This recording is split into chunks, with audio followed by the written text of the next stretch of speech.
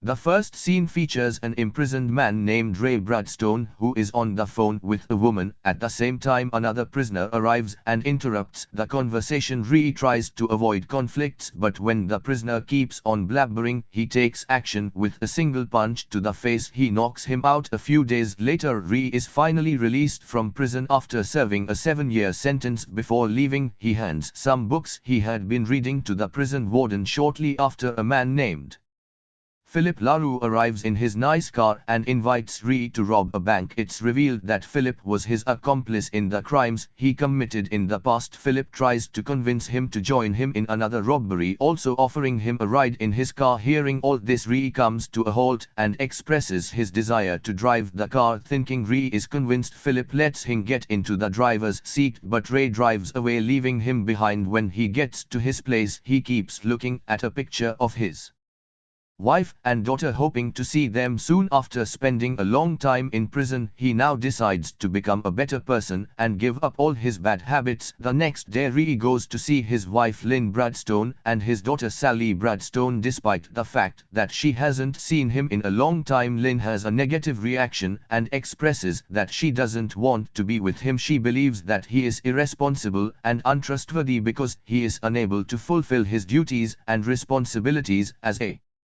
husband and father. While they are conversing, Sally returns from school, and just as her mother, she's also bothered by his presence. Following this, the mother and daughter walk inside and close the door on him. The next day, Ray shows up at Sally's school and apologizes to her, but she's still disappointed in him. He tries to persuade her that he is changed for the better and that he will always be by her side from now on. However, she does not believe him and walks away coldly. Not long after, Ray hears a sound of firecrackers, and when he reaches there, he notices a bunch of schoolboys fighting. He quickly divides the boys and turns them to the principal. Just then, Sally's teacher Miss Miller approaches him and the two introduce each other. Impressed by the way he speaks, Miss Miller invites him to accompany them on a museum tour the following week as a chaperone. Ray immediately agrees, thinking it can be a good opportunity for him to bond with Sally. Later in the evening, Philip comes to Ray and again asks him to join him in the robbery. However, just like the previous time, Ray declines. It turns out that in the past, Philip betrayed him, and this was the reason Ray ended up in jail. The following day, Ray pays another visit to Lynn, but this time he meets her current husband. The two kiss right in front of him, making him upset. After a while, Ray again tries to persuade her that he'll make his family happy. However, Lynn claims that he won't be able to change anything because he doesn't even have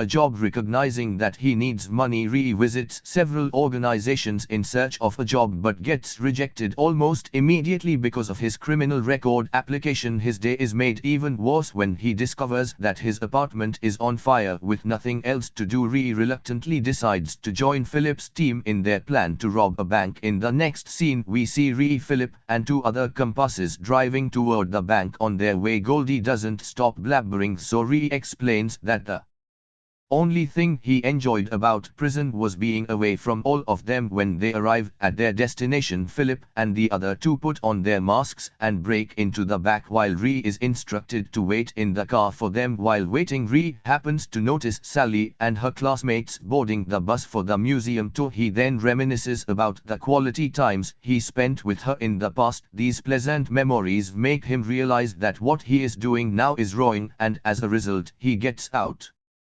of the car, tosses the keys into the bushes, and walks away. Following this, he boards the bus with the students and serves as a chaperone for their trip. When Sally notices him, she becomes angry and asks him to get off. However, he ignores her, believing that if he leaves, he will lose his daughter forever. On the other hand, Philip and the gang robbed the bank and rushed to the car with money, only to discover that Ray has gone and the car keys are missing. Left with no choice, they run away in an attempt to avoid being apprehended. However, Dale runs in the direction of the school bus, causing him to trip over and drop the money bag. Scared about being caught, he leaves the bag and runs away, but just after a while, some policemen apprehend him and take him away. Meanwhile, Philip and Goldie steal a car in order to flee, and while driving, they spot Ray on the school bus. Enraged at the betrayal, they start pursuing him, but to their bad luck, they accidentally get hit by a truck. Philip then contacts the school and somehow manages to obtain information about where the school bus is heading elsewhere. Dale regains consciousness and finds himself in the hospital soon after. Two police officers confront him and demand information about the robbery as a whole. After the interrogation, the police learn that the money bag is in a school bus that was parked nearby. In the next scene, Ree and the students finally arrive at the museum, but sadly they learn that the tour guide who was supposed to accompany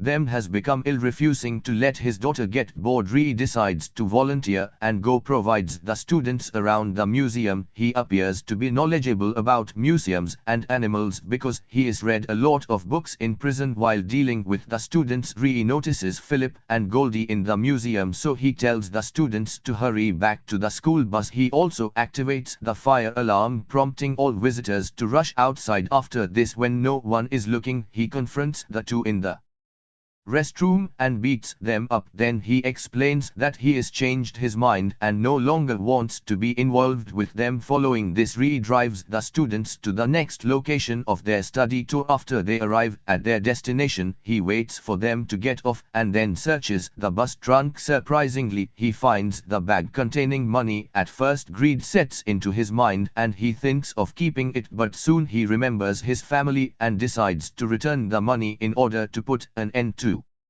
this ordeal. He calls Philip, who's standing across the street, and heads towards them with the money bag, but at the same time police arrive, prompting the thugs to flee. Philip and Goldie suspect that Ree was trying to set them up, so they decide to enlist the assistance of a Mexican mafia gang in catching Ree. The same afternoon, Ree and the students drive to their hotel and Miss Miller instructs them to quietly settle into their rooms. As soon as they arrive, Ree takes the money bag and enters his room. He then calls Philip and asks him to pick up the money from the hotel where he is currently staying. However, Philip, who believes that Ree double-crossed him, demands that he deliver the money to a more secure and hidden location. As Ree continues discussing, Sally arrives there and apologizes for giving him a hard time. Then the father and daughter have a pleasant reunion. After a long separation in the evening, he takes her to a music shop and then a restaurant. In this way, the two start sorting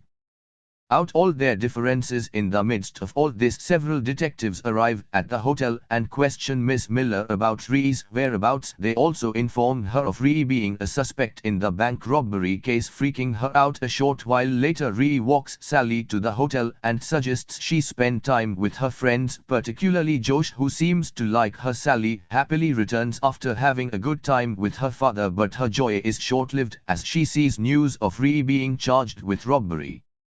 Enraged, she confronts him right away, claiming that she made a mistake trusting him again, but Ree is not ready to give up on his daughter so easily. He tells her everything that's going on, and this finally calms Sally down. In the meantime, he notices the detectives nearby and realizes that he is a target, so he asks that Sally bring the money bag from his room. After obtaining the bag, Ree asks her to join her friends while he goes to return the money. Sally agrees and starts walking back, but unfortunately, Philip and Goldie abduct her. Meanwhile, when Ree arrives at the specified location, he finds 3 Mexican gang members. Annoyed that he was set up, he releases a brutal punishment and defeats the 3 in no time. Soon after, he receives a phone call from Philip, who reveals that his daughter has been kidnapped. Enraged, Ree warns him not to hurt Sally or it'll end badly, but Philip is unfazed and instead he summons Ree to a secret location to make the exchange. Wasting no time, Ree hails a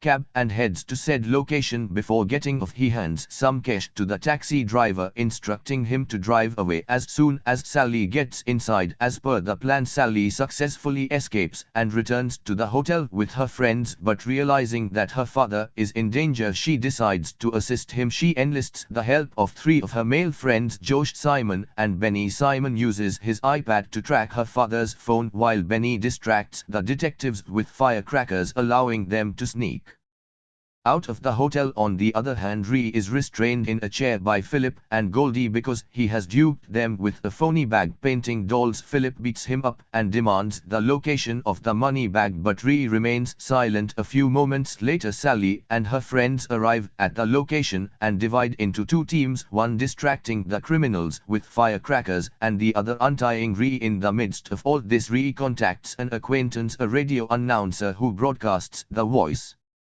recordings live. Eventually the police as well as Lynn hear the broadcast and rush to the crime scene. Soon after, Philip and Goldie hold Ray and the students at gunpoint. Philip, who's unaware that their conversation is being recorded, openly admits that Ray is completely innocent and that they only wanted to take advantage of him. The two are about to shoot them all, but at the same time the police arrive and apprehend the two criminals. Finally, Ray is declared innocent because he was on the bus with the students when the robbery occurred. Not long after, Lynn also arrives and gets relieved to learn that her daughter is fine, but she slaps her ex-husband for endangering the children's lives. Ree doesn't react and simply says that he is turned into a better person. In the final scene, Ree is at the radio station when he receives a call from Philip asking for his advice on how to adjust to life in prison. Ree mentions the three essentials: confront it, be truthful, and sleep with the bag against the wall.